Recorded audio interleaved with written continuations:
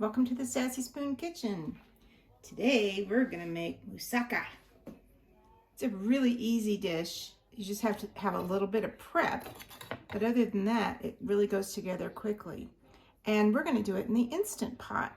And it will be finished off under the broiler because you're not going to be able to brown the top in the Instant Pot. But other than that, it cooks pretty fast in comparison to the oven.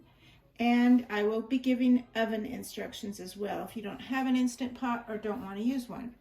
Now, if you are using the Instant Pot, I really do suggest that you invest in a 7-inch springform pan, and this one is actually made by Instant Pot, and I'm going to leave a link at the bottom of the recipe for you to find it on Amazon. So, first thing we're going to do is gather our ingredients. You can see I already have them mise en place. And I have 1 onion finely chopped. Got some olive oil over there in the pan. I'm going to crush 3 cloves of garlic. And then we have a cup of white wine and a can of plum tomatoes. Now, the actual recipe calls for whole, and then you smash them with your fingers. And I opened this before I realized that these were cubed, but these are really good San Marzano tomatoes, so I think they're going to be fine, and they're going to cook down anyway. It has a teaspoon of cinnamon and some parsley, and then it also calls for an eggplant or 2 eggplants, but I couldn't find 2. I went to the grocery store and they only had 1. So I'm going to slice this and then slice the zucchini and mix those together in place of the 2. And then it has ground lamb, which is also important to the dish. So you have to find that if you don't have it normally in your store. You'll have to seek that out a little bit. Most grocery stores carry it now. There's going to be a white sauce in addition to this. And then 2 eggs get stirred into the white sauce at the very end, which will make it puff up better and really make a nice topping on it. So that's about all we have to do, and I'll meet you over at the stove. Hi, welcome to the Sassy Spoon Kitchen. Today we're going to make moussaka. It's a really easy dish. You just have to have a little bit of prep, but other than that, it really goes together quickly. And we're going to do it in the Instant Pot. And it will be finished off under the broiler because you're not going to be able to brown the top in the Instant Pot. But other than that, it cooks pretty fast in comparison to the oven. And I will be giving oven instructions as well if you don't have an Instant Pot or don't want to use one. Now, if you are using the Instant Pot, I really do suggest that you invest in a 7-inch springform pan, and this one is actually made by Instant Pot, and I'm going to leave a link at the bottom of the recipe for you to find it on Amazon. So, first thing we're going to do is gather our ingredients. You can see I already have them mise en place. And I have 1 onion finely chopped. Got some olive oil over there in the pan. I'm going to crush 3 cloves of garlic. And then we have a cup of white wine and a can of plum tomatoes. Now, the actual recipe calls for whole, and then you smash them with your fingers. And I opened this before I realized that these were cubed, but these are really good San Marzano tomatoes, so I think they're going to be fine, and they're going to cook down anyway. It has a teaspoon of cinnamon and some parsley, and then it also calls for an eggplant or 2 eggplants, but I couldn't find 2. I went to the grocery store and they only had 1. So I'm going to slice this and then slice the zucchini and mix those together in place of the 2. And then it has ground lamb, which is also important to the dish. So you have to find that if you don't have it normally in your store. You'll have to seek that out a little bit. Most grocery stores carry it now. There's going to be a white sauce in addition to this. And then 2 eggs get stirred into the white sauce at the very end, which will make it puff up better and really make a nice topping on it. So that's about all we have to do, and I'll meet you over at the stove.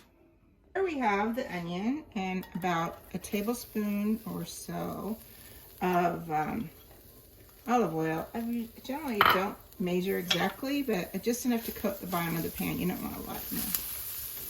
So we're going to soften the onion before we put the garlic in.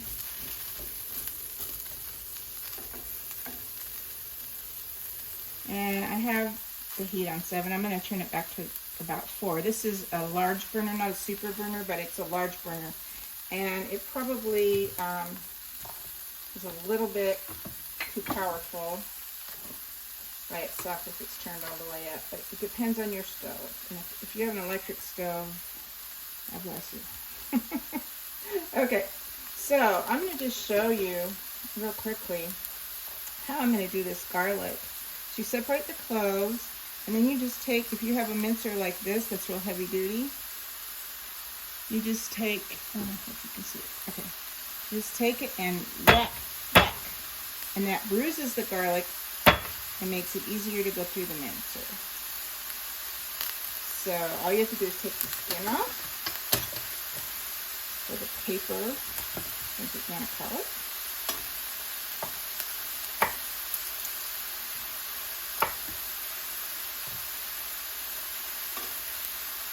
This is a really big clove, but you know me, I just don't think you can have too much garlic. This actually has 3 cloves in it. It's in disguise. Oh, that's okay. This is a hard-neck purple garlic, which we can only get here in the beginning of the season. There's a little skin in the middle there. I'll get that out. Okay. I'll keep this piece. And I'll cut this little part here. Okay. So as soon as our onions have softened, then we'll add the garlic.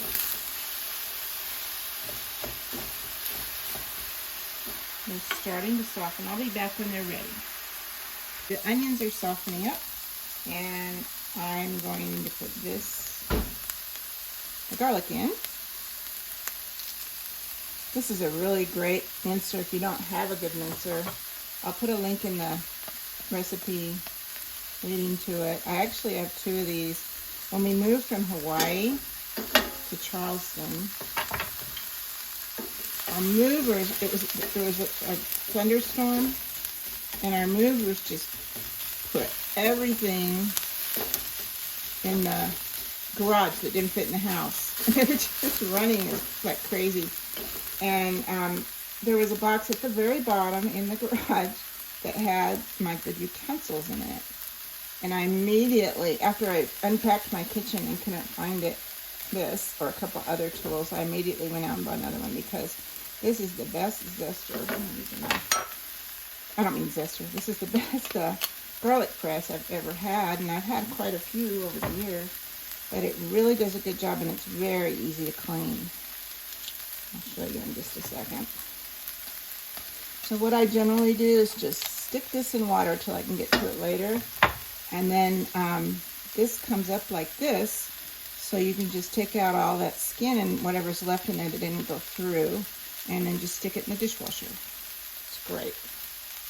Okay, we're gonna let that cook a few minutes. Looks like it might need a little more oil. I'll put this a little more in. We still have our lamb and tomatoes. It's a little hot liquid.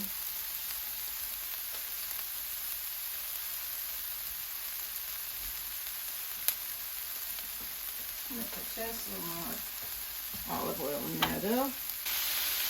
I have everything, the onions and the garlic already, so I'm going to put in the ground lamb. And if you don't like lamb, or you think you don't like lamb, you can use ground beef. But if you were in Greece, they wouldn't be using cow. And I really think that there's so many other flavors in this, you would not probably even know the difference. Or someone in your family who thinks they don't like lamb probably wouldn't know the difference either. For instance, my husband doesn't like eggplant. He's going to eat this and think it's delicious. So it's up to you. But anyway, you want to kind of get this divided up, kind of like you would in a meat sauce. Don't want any big lumps. And I turned the heat down for a minute until I get this all ready to be browned, and then we're going to turn it back up.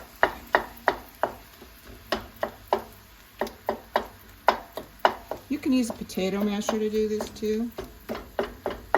I just like using this one tool. I use it for a lot of things.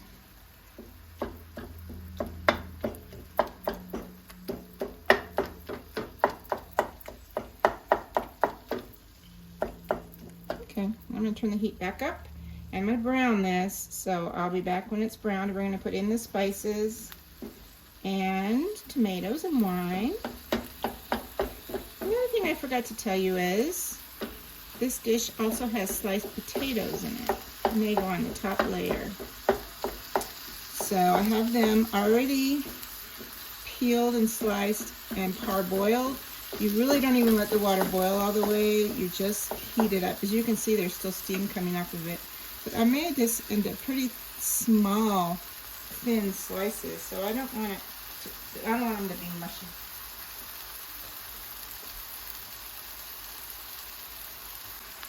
Now it's all cooked. It's not browned really, and you really don't need it to be browned because you're not going to see the meat. It's going to be drowning in tomatoes and wine, so we don't need to make it really brown. So we're going to add the cinnamon, salt and pepper,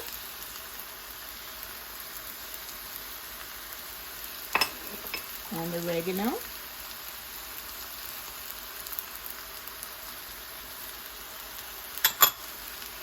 Smells like grease, and I don't mean bacon.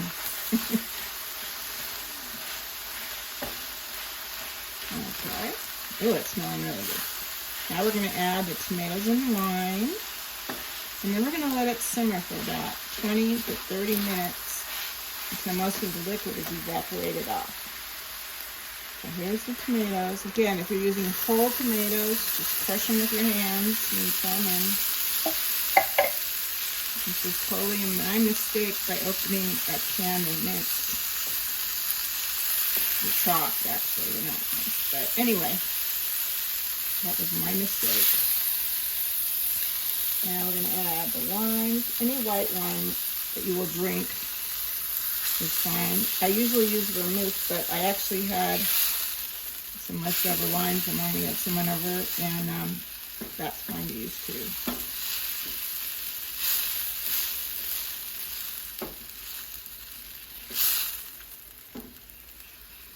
I don't drink that much white wine. I'm a red wine drinker. All right, so that's all we have to do for a while. And I'll see you back here when most of this liquid has evaporated off. All right, it's been 20 minutes now, and most of the liquid has evaporated. I'm going to richen this up just a little bit with some tomato paste.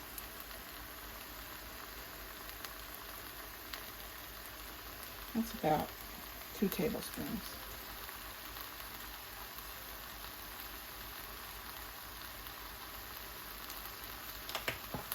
I keep this on hand all the time because there's so many times when I want to add a little bit of tomato paste. This is perfect. Okay, let me just stir this in a little bit.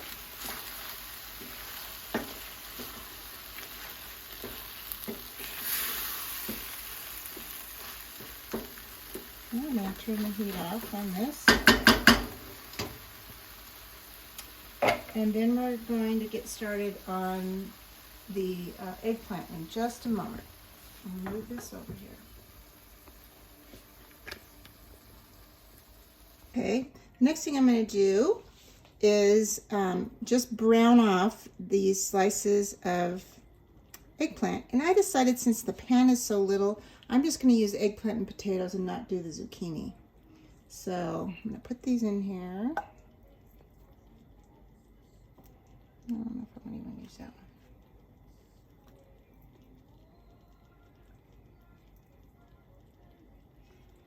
The pan is significantly smaller than one you would do in the oven for a large amount of people. That's the advantage of it, is that you don't have to have a huge big pan of it.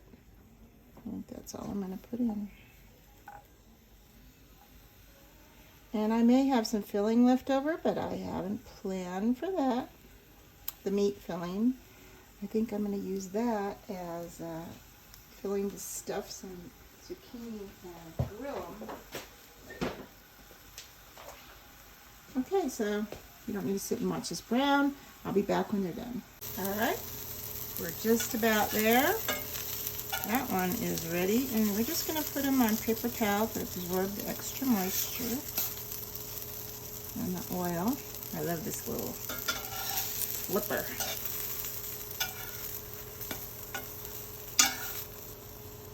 And I did sprinkle them with just a little bit of salt to help take the moisture out too, but I didn't do the whole soaking thing and all that. So I'm going to turn this off. The next thing we're going to get started on is going to be the sauce. Well, the butter's in this pan now, melting. And I'm going to whisk in the flour and then the milk and put the bay leaf and peppercorns in there, which this is a sauce that will be strained. So these are fresh bay leaves from a potted plant I have, but you never would want to use bay leaves without taking them out, especially dried ones, because the actual part of the stem never softens up in cooking, and they have perforated people's intestines and stomachs before, so always make sure you take out that bay leaf. I have this on low. I'll turn it up just a little bit.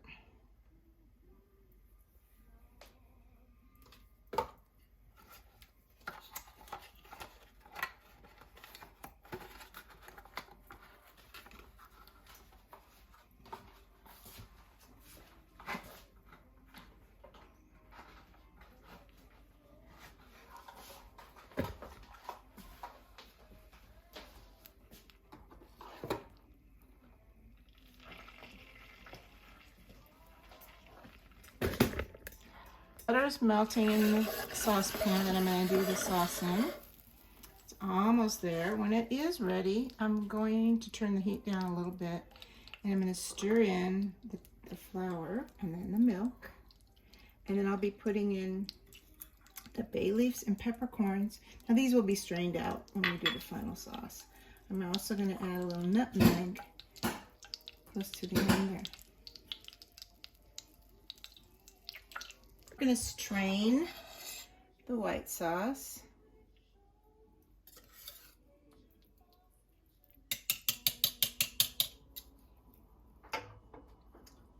I'm going to use a spatula to get it out.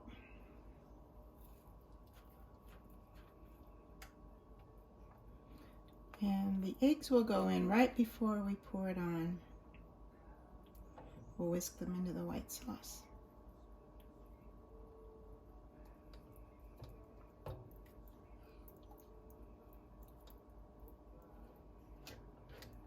Sometimes you have to give it a little help by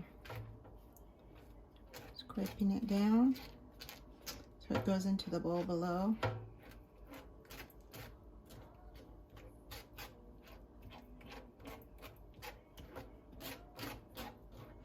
This is probably going to be more white sauce than we really need because of the size of our cooking vessel.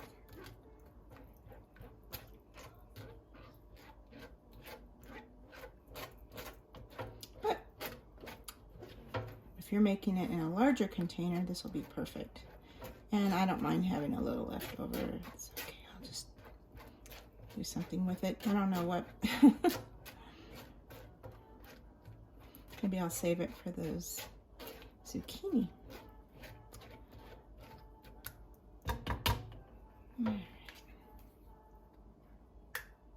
you go around the bottom, scrape off the excess. Okay, so sauce is ready.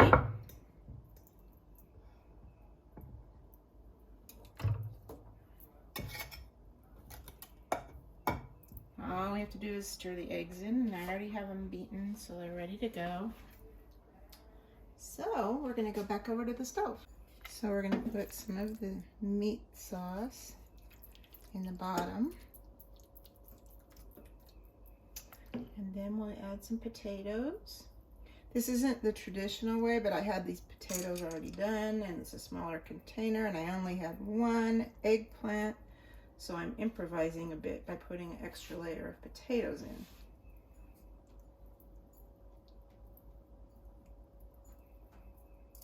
We're still going to have more than we need.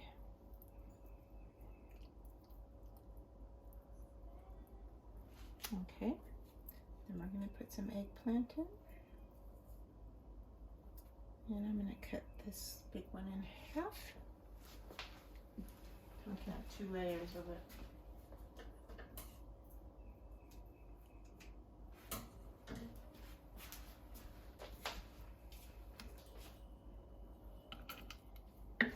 Okay, then we're going to add a little more meat.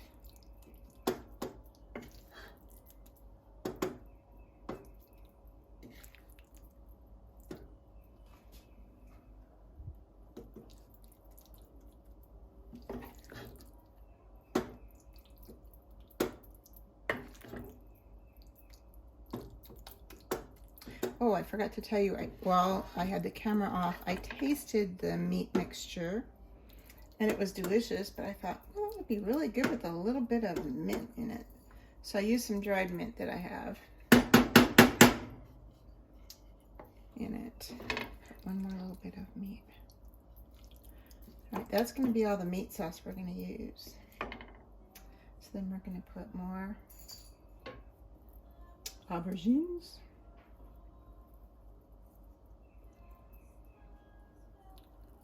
I'm going to push it down, and then a layer of potatoes. I think I could save the rest of these potatoes to fry another time. I think I will. Since they're already cooked, they're not going to brown. And I'll just put them in a container. Maybe fry them in the morning.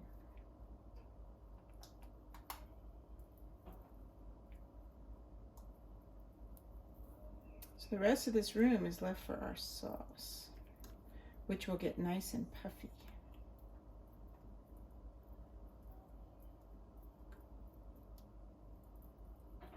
So again, if you're using a larger container, you'll probably use up the whole 4 potatoes, but obviously I'm not going to be able to do that. So we'll go over, I'll just put the sauce over here and fill it up. So we're going to whisk the eggs into the sauce. Remember to do this at the very last minute before you top everything. And this is what's going to make the topping puff up and be extra delicious.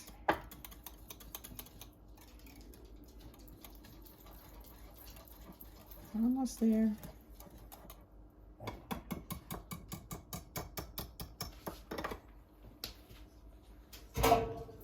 Okay, now we're just going to pour it on.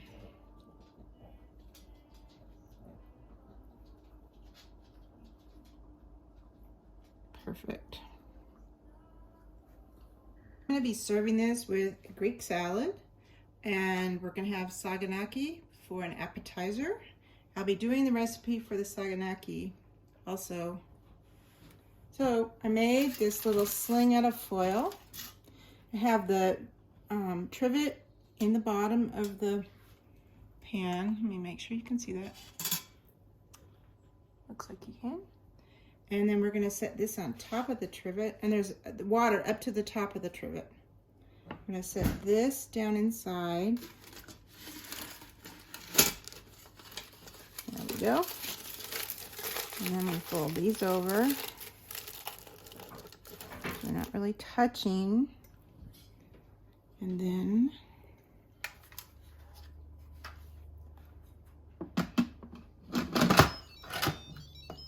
make sure it's closed.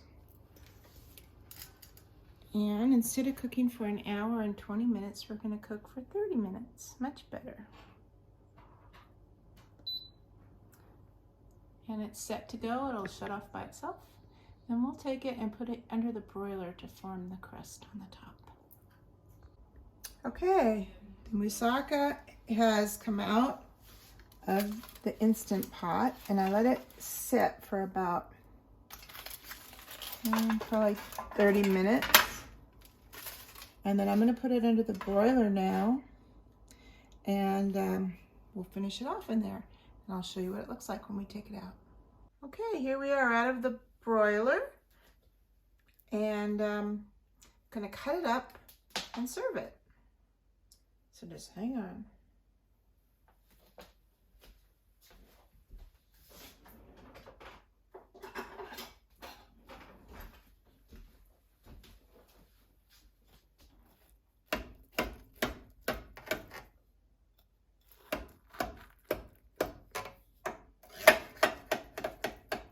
Let's hope it comes out cleanly.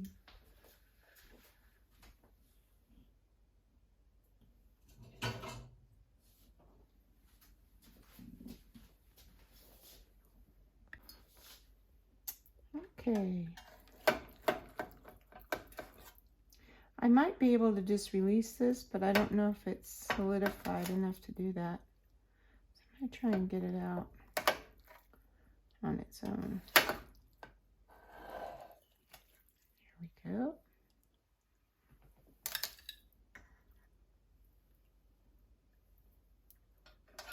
Looks good.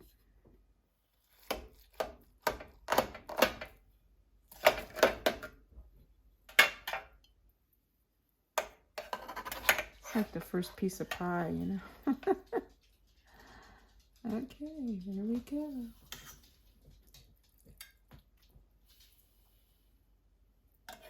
Smells wonderful.